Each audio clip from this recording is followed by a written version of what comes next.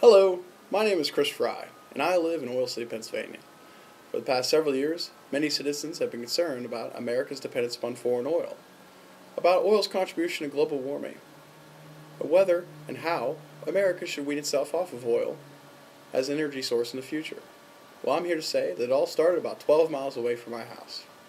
Back in 1859, Colonel Edward Drake dug the first ever commercial oil well. A year later, in 1860, Oil City was incorporated. It was a boom town, grew up overnight.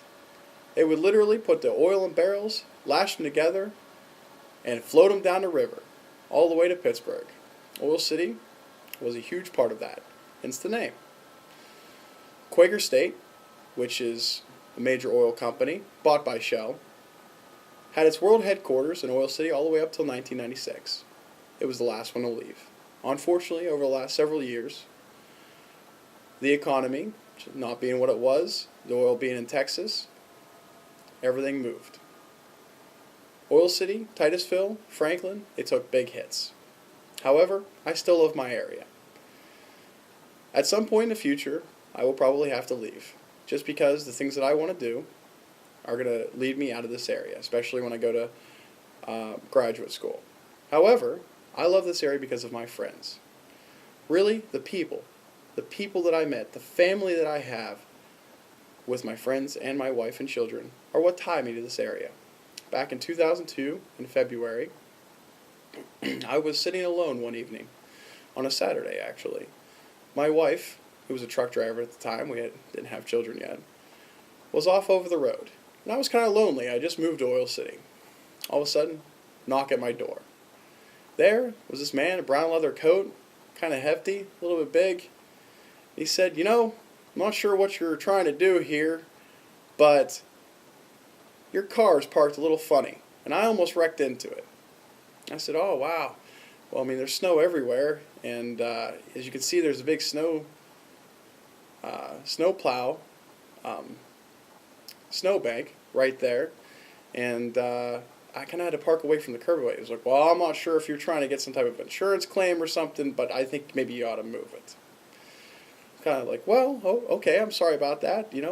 My name's Chris Fry, by the way, having not met anybody in the neighborhood yet. And he's like, I'm Chad Gardner.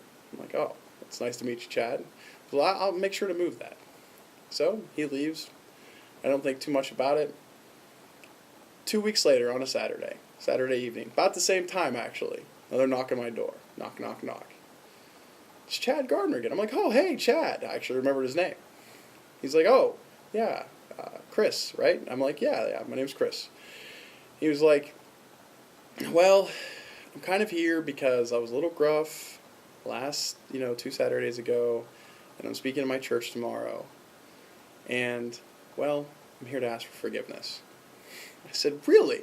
Well, I'm excited, what church do you go to? And he's like, did you not hear me? I'm here to ask for forgiveness. I'm like, oh, don't worry about it. You were having a bad night. It's no big deal. I'm like, so what church you go to?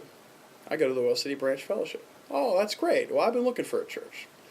So I went and I met Chad Gardner, Ryan Kornmesser, Dale Crawford, all of my friends. And these people became family to me. Their families welcomed me in. My wife was gone a lot, as I said.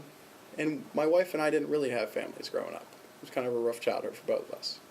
So it was nice to be accepted and taken in by these people. Ryan Kornmesser actually was my business partner for the last several years. Dale, Ryan, Chad, and I are all very close. And they are the reason why Oil City is a home to me. They are the reason why I would never want to leave. However, at some point in the future, due to graduate school and future ambitions, I will probably have to leave. But I will always remember this area with fond memories due to the people that I love back here. Thank you.